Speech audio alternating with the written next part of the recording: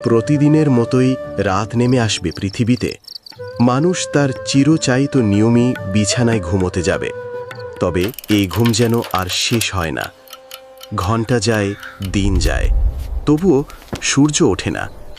মানুষ আতঙ্কে ছুটতে থাকবে। কেউ আকাশের দিকে তাকায়, কেউ মসজিদে এসে আল্লাহর কাছে কান্নাকাটি করে, আবার কেউ বিভ্রান্ত হয়ে বলে, এ কি জাদু? এ কেমন রাত? হঠাৎ ভোরের আভা দেখা দেবে।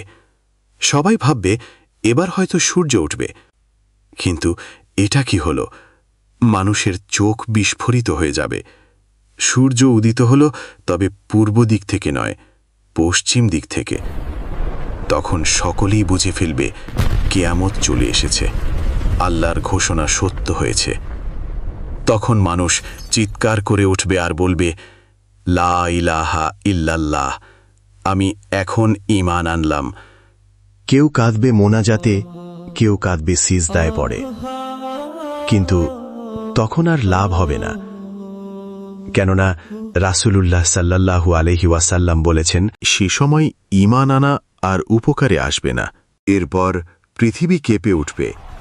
এক রহস্যময় বাতাস বইতে শুরু করবে, প্রাণঘাতী এক শীতল ও কোমল বাতাস।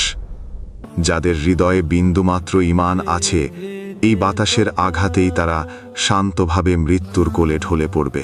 আল্লাহ তাদের রূহ তুলে নিবেন। শহরগুলো নিস্তব্ধ হয়ে যাবে। মসজিদগুলোতে আর আজান শোনা যাবে না। গ্রামে গঞ্জে, ময়দানে সব জায়গা খালি হতে থাকবে। রয়ে যাবে শুধু অবিশ্বাসী আর আল্লাহকে অস্বীকারীগণ। পৃথিবী তখন পরিণত হবে এক গভীর অন্ধকারে, যেখানে আলো নেই, সত্য নেই, আছে শুধু মিথ্যার রাজত্ব। মসজিদগুলো দাঁড়িয়ে থাকবে, কিন্তু ভেতরে কেউ নামাজ পড়বে না। কোরআনের কপি থাকবে, কিন্তু কেউ তা পড়বে না। শহর জুড়ে শুধু কাফের, মুনাফিক আর ফাসেকদের আনাগোনা। হঠাৎ আকাশ কেঁপে উঠবে, পৃথিবী দুলতে থাকবে, পাহাড় গুঁড়ো হয়ে ছড়িয়ে পড়বে, সমুদ্র আগুন হয়ে জ্বলে উঠবে, আকাশ ছিঁড়ে যাবে, নক্ষত্র ভেঙে ঝরে পড়বে।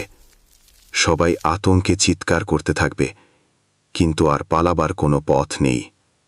হঠাৎ ইসরাফিল আলাইহিস সালাম সিংগায় ফু দিবেন। তৎক্ষণাৎ সমস্ত প্রাণী মারা যাবে। জমিন তার গর্ভে থাকা সমস্ত স্বর্ণ রৌপ্য বের করে দেবে। পৃথিবী ও আকাশ ধ্বংস হয়ে যাবে। থাকবেন শুধু একমাত্র আল্লাহ। তারপর আসবে এক দীর্ঘ নীরবতা। কতদিন, কত বছর তা কেউ জানে না।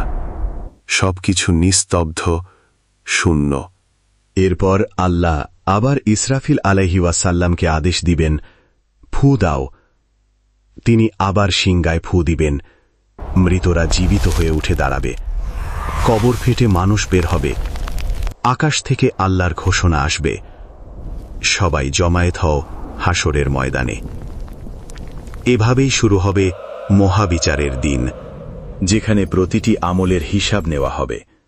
আল্লাহ আমাদের সকলকে পৃথিবী থেকেই সেই মহা কঠিন দিনের প্রস্তুতি গ্রহণ করার তৌফিক দান করুন। আমিন।